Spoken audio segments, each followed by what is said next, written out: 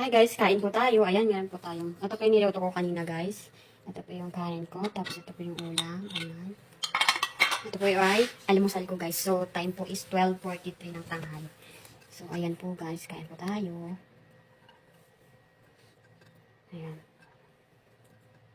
Ito po yung pagkain ko ngayon. Tapos yung pagkain naman po nila guys ay yung kay Madam is yung pasta. Ayan, luto na ako ah. Ay, ito guys ay adobo. Ang sarap nito. Nawala yung sabaw.